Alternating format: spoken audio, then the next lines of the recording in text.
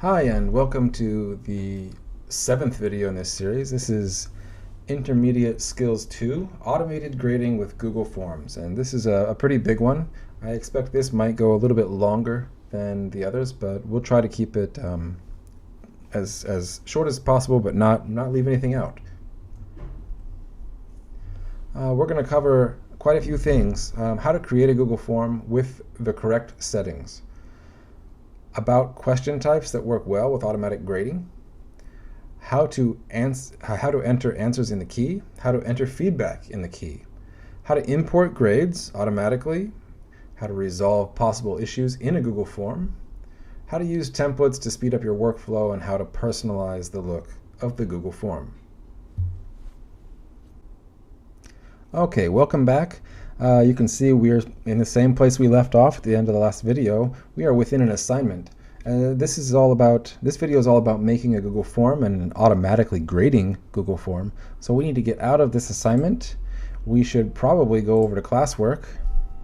And what I'm going to suggest is that we go over here to the class drive folder.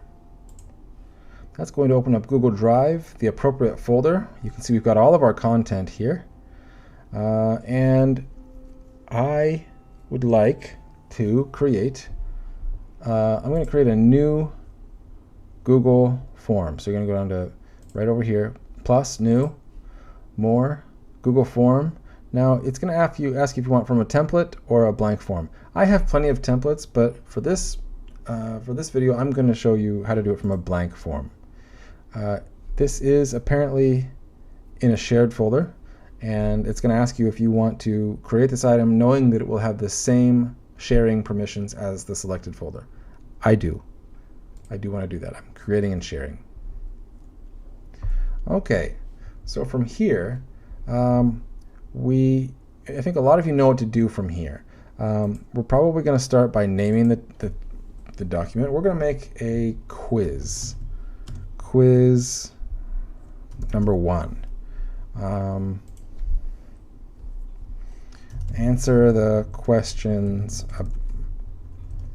about the reading from whatever unit 1, for example.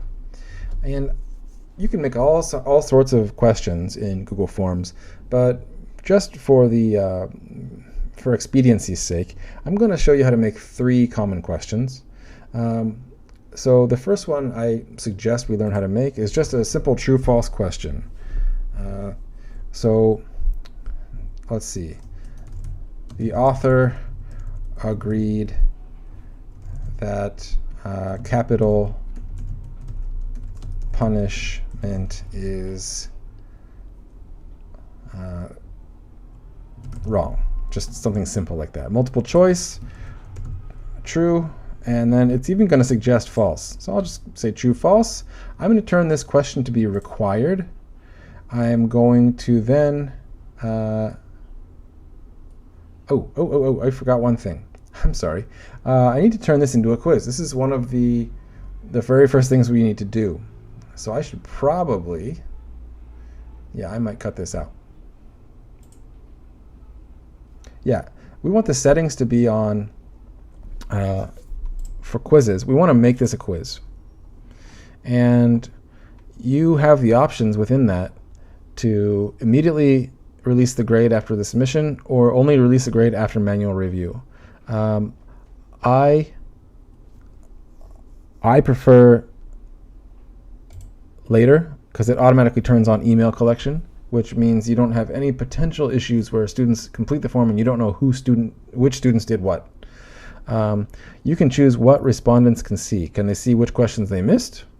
Can they see the correct answers? And can they see the point values? I often go like this. I make it so that they can see the point values and they can see which ones they missed, but if they missed a question, they don't get to see the correct answer. You can do this as you like. I'm going to save. Let's see, general response. Yes, one more thing. I'd like to limit this to 1 response, and they need to sign into Google. In this case, Google knows that I'm part of the Osaka Jigakuin Daigaku community, and I'm restricting responses to users within that community. That's a good idea. In case, for some weird reason, somebody outside of OJ got a hold of a link to this forum, which shouldn't really happen, but if it did, they wouldn't be able to get in. It's requiring that people be logged into their Osaka Jigakuin Gmail account. And I can choose whether I want students to be able to edit after they submit or see summary charts. Usually, if it's a quiz, I don't want that, so I don't click those. And then for presentation, you can decide if you want to show a progress bar, like how far through the exam or the quiz they are, or if you want to shuffle the question order. I generally don't do that, but you could. I generally don't, though. And this, if you wanted to say something like, thank you for completing this quiz. Okay, you can. That's a message that comes up at the bottom. So I'm going to save those settings. So that's important. If we don't adjust those settings, we can't have automatic grading unless we adjust those settings. Okay, so now having adjusted those settings, that has enabled automatic grading, which means we have what the answer key pops up. And so if we click as the teacher on answer key, a few things happen here. We get to choose what the correct answer is. So this is just a fictional reading. Sure, he agreed that it was wrong. And we get to decide how many points this was. So let's just say this is a 2-point question. And one more thing we get to do is we get to add answer feedback. What I often do is only really offer the feedback for incorrect answers, because if somebody got it correct, they probably know the answer, or maybe they just got lucky. But I'll often, in the case of a reading, I will put the direct quote of where the answer is derived from. So the author said, quote, comma, capital punishment is morally wrong. Okay, and then if I have a page number or something, I'll put page 5. And then when students get this incorrectly, they can see this feedback. For more advanced types of feedback, you could add a YouTube video. And you could also link to a specific website, and you can choose what kind of text you want to display for that link. So there are ways. This is pretty robust. You can give feedback in multiple ways and guide students back to correct themselves. But for me, I typically limit it to just this kind of feedback at this time. I'm going to save that, and you can of course go back and edit or throw away this feedback if you like. But when I'm done, I'm done. And then, if I want to add another question, I would just click here, Add Question. Now, we've done a true-false. Why don't we do a multiple choice? Why don't we do multiple choice with checkboxes? And we can ask the question, which 3 U.S. states which 3 U.S. states have made capital punishment illegal? Now, I'm just making this up. I literally have no idea. But I'm going to give some options here. I'm going to say California, New York, Texas. Ooh, Texas.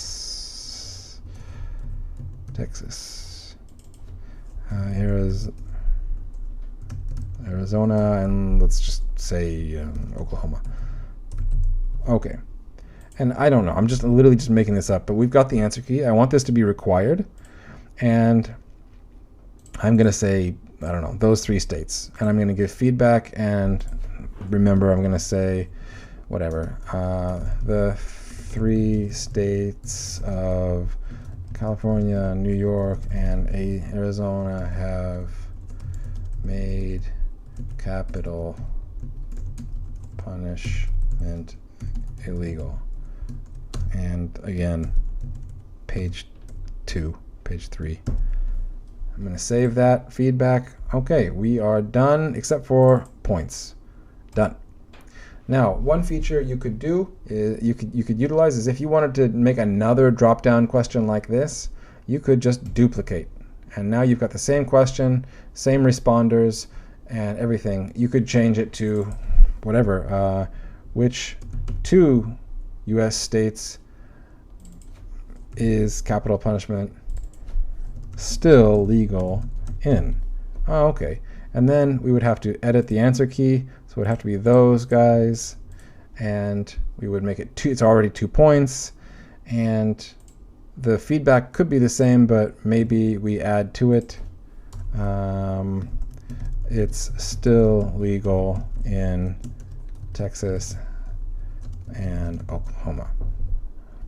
Okay, like that. Okay, you get the gist here. I'm going to show you how to make one more question type that really often comes up and is helpful, or is often very useful for us, and that is, I would like to make a short answer. And let's just imagine, I don't know any capital punishment vocabulary in Japanese. I'm sorry. So I'm going to make a brand new question, just a simple question. Let's see. What is sensei in English? Or let's say, how do you say sensei in English? I'm going to make it required. I'm going to open the answer key, and the correct answer would be teacher. And I don't remember if it matters, but I often put in the answer with a capital T and a lowercase t. And then I mark all other answers as incorrect. And in this case, I don't really give feedback.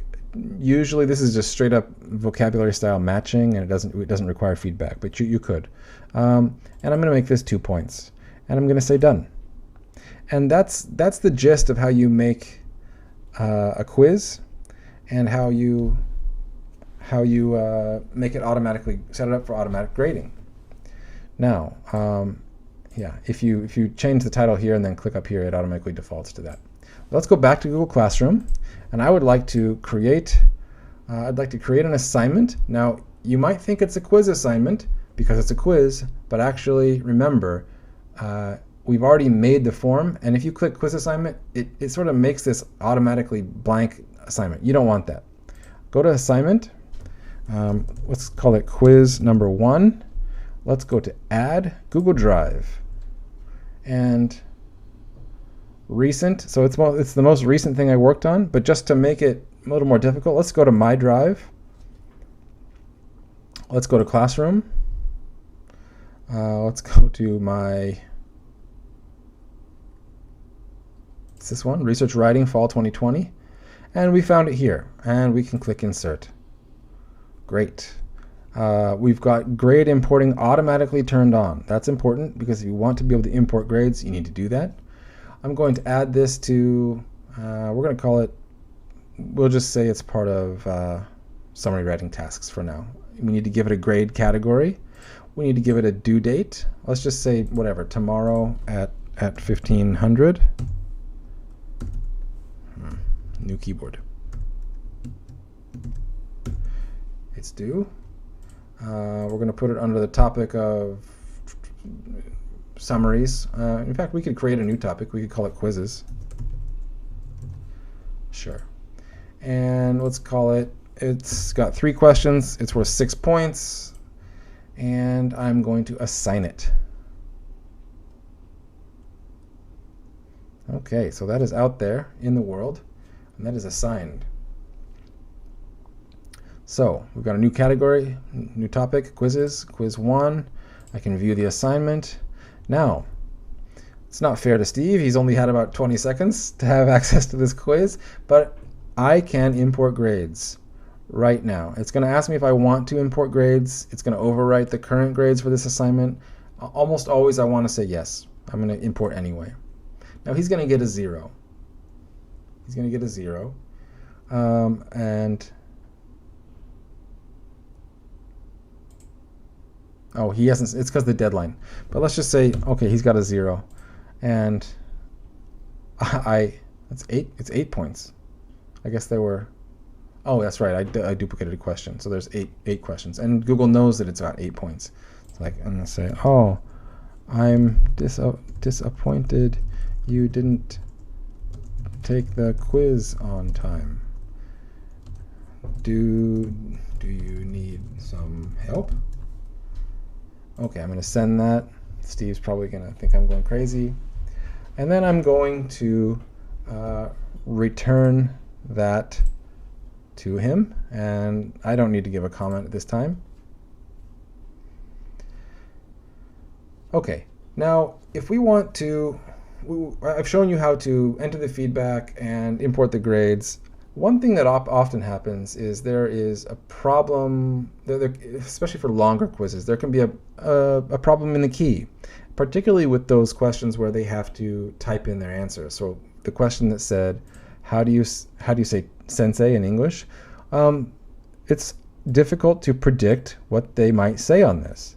And so I'm going to show you a different assignment and how you might review the problems that can come up. So let's see. I'm going to go to Classroom. I'm going to go to, well, I'm going to go to my World News A class. Let's see. Let's just go to, oh no, this is it's in the sample class. We'll go to the sample class, and we'll go to the, this one, Seawater Quiz. Now, this is the teacher's view, and at the top we can toggle between the questions themselves, edit the questions themselves, or we can look at the responses individually, and we can see here summary statistics and all the people who answered it, difficult questions, etc. And then we can look at the questions themselves. So particularly troublesome are those questions where they have to type in their answer. So these dictation type questions. So this was one of the questions. Manchester is one of the world's, I believe it was, leading centers. Yes. And we can see that 173 of the 237 students wrote leading with a small lowercase l, and that's giving them 1 of 1 point. And we also accepted leading with a capital L, and that's 1 of 1 point. But other answers offered by students were reading. Okay, we understand why they heard R and L, or leaving, and these are 0 points. But let's just say, for example, this was correct. If this was correct and we wanted to accept that, we could accept that response and add that to the key as being an acceptable response from here by clicking this check mark, and that would mark it as correct. And so then, anytime in the future, when we imported grades, this answer would be marked as correct. We can also add feedback to this specific response. So if we have a pattern where it's kind of a lot of students, 16, so that's, what is that? 5% of the students are writing reading. So maybe we wanted to offer some sort of feedback on that type of answer to say, oh, you need to practice your R and L more. We can do that from here. We can also look at individual student responses. So that's one way we can go through and sort of check for problematic items. We go to the next one. It was one of the leading centers for graphene research. Most students got it right, but we have some people just spelling it slightly wrong, adding an E, missing the R, missing an A. Okay, so you can get the idea of what we're doing here. Now, finally, for the sake of this, I think what I want to show you is, I want to show you two things. And I know this video is getting long, but I think this is helpful. You can see here, I've made templates. We have templates for this World News course. I never edit these. This is particularly useful to make a template when you know that your homework or your quizzes always follow the same format. So for example, we know that vocabulary matching homework always has 20 questions. It's always broken up into 2 chunks. We're always going to have the same instructions. We're always going to ask them about who their teacher is, and same instructions, part 1, and then it's the same setup. So by using a template, I can right click on, for example, vocabulary matching. I can, where's it at? Make a copy. And it's going to show up as copy of topic XXX. Okay. Now I want to rename that. I'm going to rename it. I don't want it to be called copy of. I want it to be called topic 7.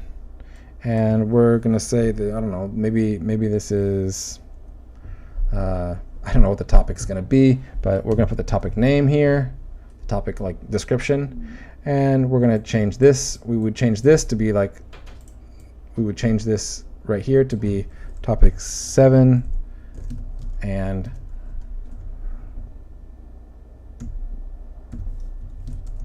name, and we could again go through a copy, paste that there, and copy, paste that there, go down to the bottom, we would paste that there.